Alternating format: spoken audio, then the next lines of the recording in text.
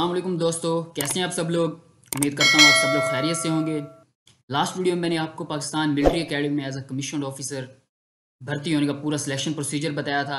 उसमें आपको किन किन मराहल से गुजरना पड़ता है उनके बारे में बताया था। आज मैं उसके फर्स्ट स्टेप मतलब इनिशियल टेस्ट के बारे में बताऊँगा। इनिशियल टेस्ट में इंटेलिजेंस टेस्ट सबसे पहले होता है। इंटेलिजेंस टेस्ट की टू टाइप्स होती हैं, एक उसमें वर्बल और दूसरा नॉन वर्बल। आज मैं आपको वर्बल और नॉन वर्बल की डिफरेंट टाइप्स बताऊंगा और इंटेलिजेंस टेस्ट को टैकल करने की टिप्स एंड ट्रिक्स बताऊंगा। जो टाइप्स आज मैं आपको बताऊंगा, उन टाइप्स को अगर आप पूरा देख लें, उन्हें तैयार कर लें, तो आप आराम से इंटेलिजेंस टेस्ट क्लियर कर सकते हैं। ये जो टाइप्स आज मैं आपको बता दूंगा, तमाम क्वेश्चन इसी से रिलेटेड आएंगे। थोड़े से चेंज हो जाते हैं, बाकी तमाम क्वेश्चन इसी इसी तरह ही होते हैं। इसके लिए आपको करना ये होगा, इस वीडियो को पूरा देखें, बिल्कुल भी स्किप ना करें ताकि कोई भी टाइप आप मिस ना करें। सबसे पहले मैं आपको वर्बल इंटेलिजेंस टेस्ट की टाइप्स बताऊंगा। उसमें से फर्स्ट टाइप जो ये आज मेरे पास है, उसमें से फर्स्ट टाइप है नंबर सीरीज़। नंबर सीरीज़ बहुत ज़्यादा अहम है, इसके बहुत ज़्यादा क्वेश्चन वगैरह आ जाते हैं। तो एक एग्जांपल मैं आपको दिखा देता हूँ कि 1357 अब ये दिया गया है, तो ये हमें सबसे पहले चेक कर लेना चाहिए कि ये क्या है। इसमें नंबर सीरीज़ में ज़्यादातर odd number, even number, prime number, इस तरह के क्वेश्चन आते हैं। जैसे ही हम इसे देखेंगे हमें अंदाज़ा लगा लेना चाहिए कि ये एक ऑड नंबर है। तो अब 1357 आ गया है, तो नेक्स्ट क्या होगा, what is next number in the series. तो नीचे ऑप्शन है, ऑप्शन में हम 9 कर लेंगे क्योंकि आगे ऑड नंबर 7 के बाद 9 आता है। एक और बात मैं आपको बता दूं कि पहले जो ऑप्शन वगैरह हुआ करते थे वो सिर्फ 4 हुआ करते थे, तो अब भी ऑप्शन बढ़ाकर उन्होंने 6 कर दिए हैं। इसके लिए आपको टाइम पर भी नज़र रखनी पड़ेगी क्योंकि 6 ऑप्शन में से सिलेक्ट करना थोड़ा ज़्यादा मुश्किल हो जाता है। तो आप अभी से इसकी प्रैक्टिस कर लें। उसके बाद है लेटर सीरीज़, इसे अल्फ़ाबेट सीरीज़ भी कहते हैं। ये नंबर्स की तरह है, नंबर सीरीज़ की तरह है। उसमें नंबर्स होते हैं और इसमें अल्फ़ाबेट होते हैं। अब इधर ए है, उसके बाद सी है, उसके बाद एफ है। ए है, अब हम देखते इसे अंदाज़ा लगाएं कि ए के बाद कितना गैप है। बी का है, एक का गैप आ गया। सी, अब सी, उसके बाद डी, ई और एफ, उसके बाद 2 का गैप है। एफ है, एफ के बाद हमने 3 का गैप दे के फोर्थ अल्फ़ाबेट हमने करना है काउंट। अब एफ के बाद जी, एच, आई, आई 3 ही हो गए, तो उसके बाद जे आता है। तो मतलब हमारा ऑप्शन डी है, डी करेक्ट ऑप्शन है। उसके बाद है लेटर्स कोडिंग। इसमें एग्जांपल मैं आपको दे देता हूँ कि लेटर्स कोडिंग किस तरह। अगर एक वर्ड लिखा गया है कि football, football is to 35572 199, then tall is. अब हर अल्फ़ाबेट के लिए एक नंबर दिया गया है। अगर हम देख लें, इस तरह हम रिलेट कर दें कि ये एफ़ के साथ 3 है, ओ के साथ 5 है, फिर ओ के साथ 5 है। इस तरह फिर हमने जो हमें वर्ड दिया जाएगा हमने उससे मालूम करना होगा। ये टॉल है, तो आप टॉल का देख लें कि बी से पहले टी है, तो आप काउंट कर लें 1 2 3 4 लास्ट से। तो इधर से भी 1 2 3 4 लास्ट से, तो फिफ्थ टी है, तो ये बन जाएगा 7। मतलब टी का 7 हो गया। उसके बाद आपने ए को चेक करना है। ए को इस तरह ही कर लें, ये 1 आ जाएगा। उसके बाद दोनों एल 9 9 हो जाएंगे, तो ये 7199। तो ये हमारा ऑप्शन सी हो जाएगा। उसके बाद है एनालॉजी टेस्ट। इसकी एग्जांपल मैं आपको दे देता हूँ। Fly is to aeroplane as sail is to, इसका आंसर होगा शिप। एरोप्लेन हवा में फ्लाई करते हैं, तो बहरी जहाज़ पानी में तैरते हैं, तो sail is to ship answer होगा। अगर इधर ये होता कि एयर इज़ टू एरोप्लेन, तो फिर होता है as water is to ship. Next है डायरेक्शन टेस्ट। में आपको डायरेक्शन दी जाती है, आप उसे अज्यूम वगैरह करते हैं कि आप किस तरफ हैं। आपको मेजरमेंट्स दी जाती हैं, आपने उसे कैलकुलेट करना होता है और फिर आंसर देना होता है। इसमें अक्सर ये भी कह देते हैं कि आप कितने डिस्टेंस पे हैं, या आप कितनी मूवमेंट करने के बाद अब आप किस साइड पे हैं, नॉर्थ, ईस्ट, वेस्ट, साउथ। अब एग्जांपल है, a person walk north for 4 kilometre, turn to his left, then walked 6 kilometers, then turned to his left again and walked 4 kilometers. So, how far is he from starting point? अब इधर मैं आपको समझा देता हूँ कि ये स्टार्टिंग पॉइंट हम ले लेते हैं। तो इधर से आदमी ने चलना शुरू किया, तो इधर से आप देख लें, आप खुद भी अज्यूम कर लें कि एक तरफ नॉर्थ आप कर लें, फिर अपने राइट हैंड की तरफ ईस्ट, लेफ़्ट हैंड की तरफ वेस्ट, और बैक साइड साउथ की तरफ। तो ये स्टार्ट पॉइंट है। तो नॉर्थ की तरफ जैसे चलना स्टार्ट किया, 4 किलोमीटर चलने के बाद लेफ़्ट साइड पे अपने लेफ़्ट पे मतलब वेस्ट साइड पे टर्न किया और 6 किलोमीटर मूवमेंट की। 6 किलोमीटर चलने के बाद अपने लेफ़्ट पे टर्न कर लिया और फिर 4 किलोमीटर वॉक की। उसके बाद जब एंड पॉइंट पे पहुंच गया, अब हमें सवाल में ये पूछा गया है कि how far is he from starting point. अभी अभी हमें इसमें ये नहीं करना कि हम स्टार्टिंग पॉइंट से गिनना शुरू कर दें, 4 किलोमीटर, 6 किलोमीटर, 4 किलोमीटर से हम ऐड करना स्टार्ट कर दें। हमें डिस्प्लेसमेंट निकाल लेनी है, शॉर्टेस्ट डिस्टेंस स्टार्ट पॉइंट से एंड पॉइंट तक। अगर हम इस तरह इसे ऐड करें कि स्टार्ट पॉइंट से एंड पॉइंट तक एक लाइन खींचें तो ये एक रेक्टेंगल बन जाएगी। अगर रेक्टेंगल बने, रेक्टेंगल की दोनों साइड्स इक्वल होती हैं, इधर भी 4 किलोमीटर है, इधर भी 4, तो ऊपर 6 है तो इसकी लेंथ भी नीचे 6 होगी। इधर अगर 6 कर लें तो हमारा स्टार्ट पॉइंट से एंड पॉइंट तक डिस्टेंस 6 किलोमीटर हो जाएगा। तो अभी हम 6 किलोमीटर अवे हैं और यही हमारा आंसर होगा। कि आप आंसर यहाँ देख लें, इसमें से आप 6 किलोमीटर सेलेक्ट कर लें। सेक्शन के क्वेश्चन में एक बात और मैं क्लियर कर दूँ कि अगर ऐसा क्वेश्चन आ जाए कि स्टार्ट पॉइंट से इतने तक 4 किलोमीटर हो, उसके बाद 6 किलोमीटर हो, उसके बाद अगर इधर 2 किलोमीटर हो, तो ये इधर फ़र्क पड़ जाएगा। उसके बाद हमें करना ये होगा कि हम इधर से लेके इतने तक एक लाइन खींच के हाइपोटेन्यूज बना दें। तो इसे हम फिर पाइथागोरस थ्योरम से हल करेंगे। इधर से हम इतने तक लाइन लगा देंगे, उसके बाद हम इधर से इतने तक जाके ये ट्रायंगल बन जाए। जब ये ट्रायंगल बन जाएगी तो ये ऊपर वाला इसका बेस हो जाएगा 6 किलोमीटर। ये 4 है तो ये 2 है, 4 में से 2 हम माइनस करेंगे तो ये इसका परपेंडिकुलर 2 बन जाएगा। परपेंडिकुलर 2 बन जाएगा, बेस 6 होगा, तो ये हम हाइपोटेन्यूज मालूम कर लेंगे। इसके लिए हम पाइथागोरस थ्योरम लगाएंगे। Pythagoras theorem hypotenuse square is equal to perpendicular square plus base square. तो इसके ज़रिए हम इसे मालूम कर लेंगे। ज़्यादातर क्वेश्चन इसके रिलेटेड आ जाते हैं जिसमें हमें पाइथागोरस थ्योरम लगाना पड़ जाता है। उसके बाद है रीअरेंज जंबल्ड स्पेलिंग। हमें कुछ ऐसे जंबल से वर्ड दे दिए जाते हैं जिसे हम अरेंज करते हैं और अरेंज करने के बाद एक वर्ड बन जाता है। तो अभी आपको मैं एग्जांपल के ज़रिए समझा देता हूँ कि ये हमें लेटर दिए गए, इसे हमने रीअरेंज करना है। NROI, you would have the name of. अगर हम इन लेटर्स को रीअरेंज करें तो हमारे पास कौन सा नाम आएगा?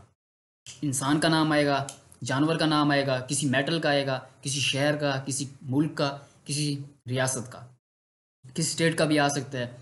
तो हम अंदाज़ा लगा लेंगे या उसे बनाएंगे, कोशिश करेंगे 2-3 तरीक़ों से। अब इसका ये बनेगा आयरन। जब आयरन बनेगा तो ये एक मेटल है, तो फिर हम इस मेटल को सिलेक्ट कर लेंगे। नेक्स्ट मैं लेके चलता हूँ कि एक और टाइप है कि इसमें से हमें ओड वन निकालना पड़ता है। आपको 6 टाइप्स दे दी जाती हैं, उसमें से 5 एक तरह की होती हैं और जो एक रह जाती है वो उनसे मुख्तलिफ होती है, किसी भी तरीके से हो सकती है। अब एक इधर मैं आपको एग्जांपल दिखाता हूँ। नंबर ए पे है माइल, बी पे है एकड़, सी पे है यार्ड, डी पे है फुट, ई पे है इंच, एफ पे है सेंटीमीटर। अगर हम गौर करें तो इनमें से एकड़ के अलावा जो तमाम हैं डायमेंशंस वो लेंथ को मेजर करती हैं, और जो एकड़ है ये एरिया को मेजरमेंट के लिए यूज़ किया जाता है। तो ये बाकी सारे एक जैसे हो जाएंगे और एकड़ अलग हो जाएगा। तो हमारा आंसर एकड़ होगा क्योंकि ये सबसे अलग है, ऑड है। उसके बाद परसेंटेज क्वेश्चन है, इसकी रेशियो भी अच्छी होती है, परसेंटेज के क्वेश्चन आते रहते हैं। अब एक परसेंटेज के क्वेश्चन इस तरह के आते हैं कि 90% ऑफ 90, बस यही लिखा होगा, उसका हमें आंसर देना होगा। 80% ऑफ 90, इस तरह के क्वेश्चन आ जाते हैं। एक और भी इस तरह के आते हैं जिसमें हमें स्टेटमेंट दी जाती है, उसमें से हमें आंसर देना होता है। अब इधर आप देखें, in a class of 450 students 70% are boys, number of girls in the class. हमें नंबर ऑफ गर्ल्स मालूम करनी है। 450 स्टूडेंट्स टोटल हैं, 70% हम इसका निकाल लें। 70% निकालेंगे इसका तो 315 आएगा। 315 लड़के हैं। अब हमें इधर मालूम ये करना है कि गर्ल्स कितनी हैं। अब टोटल 450 स्टूडेंट्स हैं, उसमें से हम 315 लड़के निकाल देंगे तो बाकी जो तादाद रह जाएगी वो गर्ल्स की होगी। अब इसे हम माइनस करें तो 135 आएगा। इसका एक और भी तरीका है जो कि ज़्यादा सिंपल है। अब टोटल हमारे पास 70% बॉयज़ हैं। अब 70% बॉयज़ हैं तो हमने गर्ल्स निकालनी है कितनी हैं। तो 100 में से हम 70% माइनस कर दें तो पीछे रह जाएगा 30%। तो हम डायरेक्ट 450 को 30% से मल्टीप्लाई कर दें तो इसका आंसर फिर भी यही आएगा। नेक्स्ट है age related. In 10 years time Ali's father would be twice as old as Ali would be then. If Ali age now is 15, what is his father's age.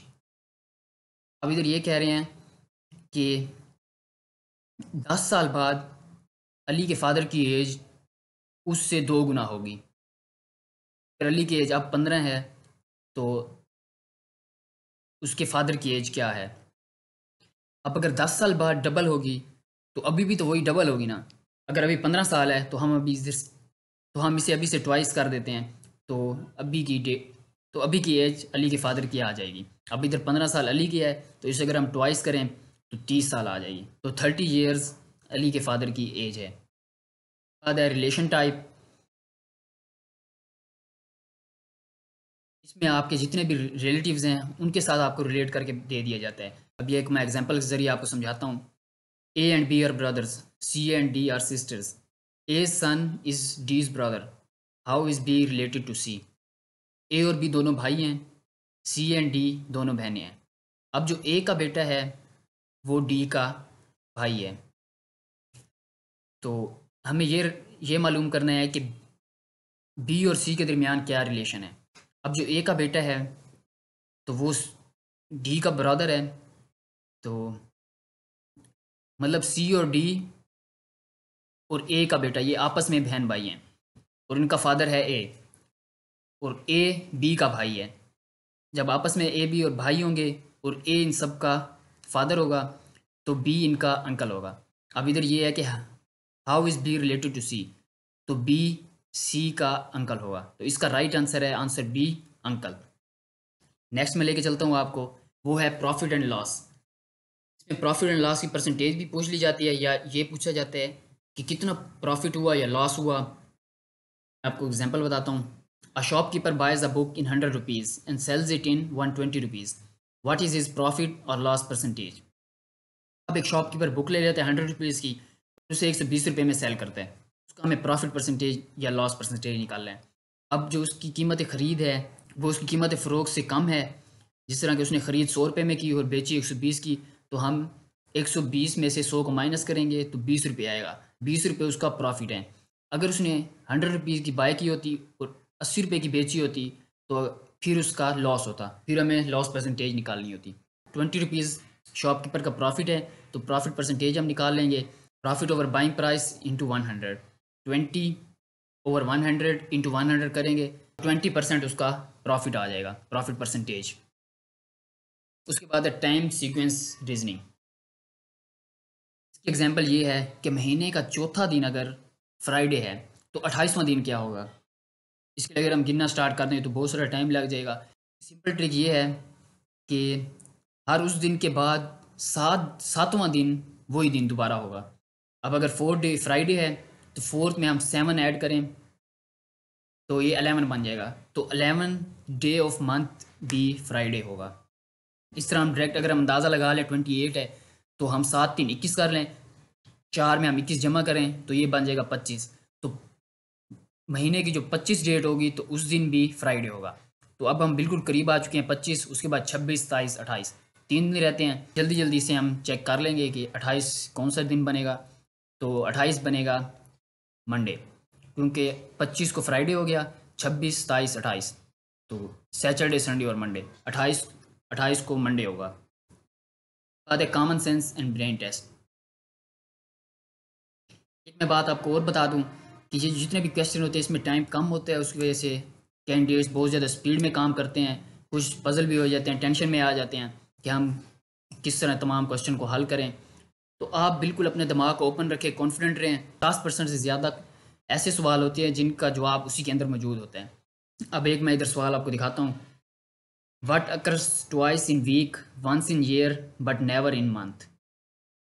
अब हमें बिल्कुल भी ये सोचने की ज़रूरत नहीं है कि हफ्ते में ऐसा क्या होता है कि दिन आता है या रात होता है, या साल में ऐसा क्या होता है। तो हमें इसके लिए आंसर भी देख लेना चाहिए कि आंसर में भी हमें हिंट मिल जाएगा, क्योंकि LKMF इस तरह अगर लिखा हुआ है तो हम उधर से अंदाज़ा लगा लेंगे कि ये अल्फ़ाबेट की बात कर रहे हैं। हमें इस तरह सोच में नहीं पड़ना चाहिए। अब अगर हम देखें तो वीक में जो ई है वो ट्वाइस है, 2 मरतबा है। ईयर में ई 1 मरतबा है, वंस, और मंथ में एक बार भी नहीं है। तो इसका आंसर क्या होगा? ई। उसके बाद इसकी मैं एक और आपको एग्जांपल दिखाता हूँ जिसमें आपका ब्रेन टेस्ट होता है। If a plane crashes on the India Pakistan border where survivors would be buried. अब हम इसका सोचना शुरू कर दें कि हमारी थिंकिंग इस तरफ ना जाए, प्लेन क्रैश हुआ है, ना ये कि इंडिया पाकिस्तान के बॉर्डर पे है हमें। और जो भी सवाल है इस तरह का आपको लगे थोड़ा सा ट्रिकी है, तो आप उसे एक दो बार लाजमी पढ़ें, बिल्कुल सही तरह एक एक वर्ड बाय वर्ड देखें। अब अगर आप इसे एक दो बार पढ़ेंगे तो आपको अंदाज़ा हो जाएगा कि वे सर्वाइवर्स, वो तो सर्वाइवर्स हैं, उन्हें दफन क्यों किया जाएगा। तो नेक्स्ट टाइप की तरफ चलते हैं, वो है वर्क एंड टाइम। आपको वर्क एंड टाइम के रिलेशन के बारे में क्वेश्चन आएंगे। अब जिस तरह टेस्ट में टाइम होता है, तो उस टाइम के मुताबिक इस तरह के क्वेश्चन नहीं दिए जाते कि आप उसे हल करना स्टार्ट कर दें, बहुत ज़्यादा टाइम लग जाए। आपने क्वेश्चन को एक दो बार रीड करना है, उसे आपने सेंस करना है कि इसमें क्या पूछा जा रहा है, उसी क्वेश्चन के अंदर अब इसका भी आंसर है। अब ये 10 आदमी हैं, 60 घर, अब इधर 10 हैं, उधर 5 हो गए, इधर 60 हाउसेज हैं, उधर 30 हाउसेज हैं, तो ये दोनों काम हुए हैं, तो इसका वक्त भी कम हो जाएगा, टाइम 120 डेज से 60 डेज हो जाएगा। तो इसका आंसर करेक्ट है, वो है सी, 60 डेज। नेक्स्ट टाइप है वो है स्पीड टाइम डिस्टेंस रिलेशन। जैसे आपको हर बार दो चीज़ें दे दी जाएंगी, या डिस्टेंस और स्पीड दे दी जाएगी, या टाइम और स्पीड दे दी जाएगी, उसमें से आपको एक चीज़ मालूम करनी होगी। इसका फार्मूला यही सिंपल ही लगेगा कि formula distance is equal to speed multiply time. अगर इसमें टाइम दे दिया जाए तो time is equal to distance over speed आप कर लें, फार्मूले को आप चेंज कर लें। If a car is moving with 60 kilometre per hour speed, how much distance it will cover in 2 hours. अब इसमें से कुछ अगर मुश्किल आ जाए तो आप उसमें फ़ार्मूला लगा लें। पहले तो आप यही कोशिश करें कि वक्त बचाएं अपना, और इसे आप सिंपल तरीके से ही देखें। अब 60 किलोमीटर पर आवर की स्पीड है, तो 1 घंटे में 60 किलोमीटर कर रही है, तो आप अंदाज़ा लगा लें कि 1 किलोमीटर 1 मिनट में होगा। अब उसके बाद है 2 घंटे में कितने डिस्टेंस हम कवर करेंगे। अब 2 घंटे हैं, 2 घंटे में 120 मिनट होते हैं, तो 1 किलोमीटर 1 मिनट में, तो 120 मिनट में भी 120 किलोमीटर ही आंसर होगा। तो इसका आंसर है डी, 120 किलोमीटर। उसके बाद है हाइट रिलेशन। में से इस तरह रिलेशन बना दिया जाता है कि 3-4 करेक्टर लेके उसमें से ये इससे लंबा है, इससे छोटा है, तो उससे आपने अरेंज करना है, और उसमें से आपसे पूछ लिया जाएगा कि सबसे लंबा कौन है, सबसे छोटा कौन है, इस तरह से। अब इसमें से है if A is taller than B and smaller than C. अब आप इसे अंदाज़ा लग इस तरह आप माइंड में एक वैसे खाका सा बनाए, उधर आप लिखें कि A is taller than B, तो आप ए को बी से आगे लिख दें, क्योंकि बी पीछे हो गया स्मॉलर की तरफ, तो ए आगे हो गया टॉलर की तरफ। अब आप इस तरह एक लिख लें कि बी ए, उसके बाद ए इज स्मॉलर देन सी, ए सी से छोटा है। अब आपने उसी पैटर्न को ही फॉलो करना है कि बी ए लिखा गया है और ए इज स्मॉलर देन सी, तो ए उधर पीछे ही रहेगा और आप ए के आगे सी लिख दें। अब बन जाएगा बी ए सी। अब जो बी है वो बिल्कुल स्मॉलेस्ट की तरफ है, और जो ए है वो, और जो सी है वो है टॉलेस्ट की तरफ। तो आप फिर चेक कर लें कि क्वेश्चन में क्या पूछा गया है। हु इज़ टॉलेस्ट, इस क्वेश्चन में पूछा गया है कि टॉलेस्ट कौन है, तो वो बन जाएगा सी। तो इसका आंसर होगा डी, सी। आप सी को सिलेक्ट कर लेना। फ्रेंड्स, ये थी वर्बल इंटेलिजेंस टेस्ट की टिप्स एंड ट्रिक्स। इसी तरह के आपको क्वेश्चन आएंगे, इसी से रिलेटेड आएंगे। आप इन्हीं को तैयार करें, इन्हीं को जहन में रखें, और इस तरह के और क्वेश्चन आप तैयार करते रहें, थोड़ी सी प्रैक्टिस वगैरह कर लें ताकि उधर आपके लिए ईजी हो। आप ज़्यादा से ज़्यादा इसकी प्रैक्टिस वगैरह करें, आप टाइम को मैनेज करें, टाइम बहुत ज़्यादा इंपॉर्टेंट होता है। और उसके साथ ही अगर आप टेस्ट कर रहे हैं तो अक्सर इस तरह होता है कि शुरू वाले क्वेश्चन बहुत ज़्यादा टफ आ जाते हैं, तो हम उसी पे अपना टाइम ज़ाया करने लग जाते हैं। उसमें से कुछ कैलकुलेशन वाले आ जाएंगे, उस पर टाइम लगना स्टार्ट हो गया, या आपको समझ उसमें से नहीं लग रही, आप उसे स्किप भी करते हैं। अगर एंड पे टाइम बचे तो आप कर रहे हैं, अगर आप देख रहे हैं कि टाइम कम होता जा रहा है कि आप स्किप करके बाद में भी नहीं देख सकेंगे, तो आप उसका अपने अंदाजे से जो कैलकुलेटेड गेस सा लग रहा हो ना, आप उसका वो लगा दें। तो अभी मैं आपको लेके चलता हूँ नॉन वर्बल इंटेलिजेंस टेस्ट। इसमें ज़्यादातर डायग्राम्स वगैरह होती हैं। सबसे पहले है सीरीज़ कंप्लीशन। इसमें आपको एग्जांपल दे देता हूँ कि जिस तरह उधर मैंने आपको बताया था कि number series, alphabet letter series वगैरह, जिस तरह उसकी सीरीज़ है वो भी एक सीरीज़ से चलते हैं, इस तरह ये भी है। अब आप अगर देखें तो इधर ये जो एरो बना हुआ है तो ये ईस्ट की तरफ जा रहा है, उसके बाद नॉर्थ की तरफ जा रहा है, उसके बाद वेस्ट की तरफ। तो ये ना एंटी क्लॉकवाइज इस तरह घूम रहा है। तो आपने इस पैटर्न को जहन में रखना है कि एंटी क्लॉकवाइज, या पहले पे आप अंदाज़ा लगाना इधर, फिर ये ऊपर आया 90 डिग्री घूम के, उसके बाद फिर 90 डिग्री इधर आ गया, तो ये हो गया 180, उसके बाद फिर 90 होगा तो इस जगह आ जाएगा। अब इतने तक आ चुके, उसके बाद 80 डिग्री करेंगे तो ये इधर 270 पे आ जाएगा। तो इसका आंसर बनेगा सी, तो सी इसका राइट आंसर होगा। उसके बाद अगर आप सी को देखें तो ये अगर 270 डिग्री पे है तो इसे हम मज़ीद 90 ऐड करें तो ये फर्स्ट ऑप्शन आ जाएगा। अब मैं आपको नेक्स्ट टाइप पे लेके चलता हूँ, नॉन वर्बल की। इसमें आपको डायग्राम कंप्लीट करनी होगी कि एक पैटर्न सा होगा, जिस तरह अगर इसमें हम चेक करें तो ये एक लाइन दी गई है, उसके साथ इन्होंने एक और लाइन ऐड की है, 2 हो गई, उसके बाद एक ऊपर ऐड किया है, 3 हो गई। तो अब 4 लाइनें होंगी और एक इसी पैटर्न पे एंटी क्लॉकवाइज। तो ये क्लॉकवाइज होती है कि नीचे की तरफ ऐड होती है दूसरी, तो हम इसी तरह इसे ऐड करते जाते हैं। अगर हम थर्ड डायग्राम इधर देखें तो इतने तक बनी हुई है, उसके बाद फोर्थ ये होगी कि इस जगह ऐड होगा। अब हम देख लें, इसमें से ए भी नहीं है, बी भी नहीं है, सी तो बिल्कुल भी नहीं है, डी भी नहीं है, और अगर हम ई को देखें तो ई बन सकती है। ये इतने तक बनी हुई है पहले ही, तो इसका अगर हम फोर्थ ऐड करेंगे, फोर्थ लाइन, तो ये बन जाएगी, तो ये बन जाएगा ऑप्शन ई। नेक्स्ट है एनालॉजी टेस्ट। इसमें एनालॉजी टेस्ट होता है,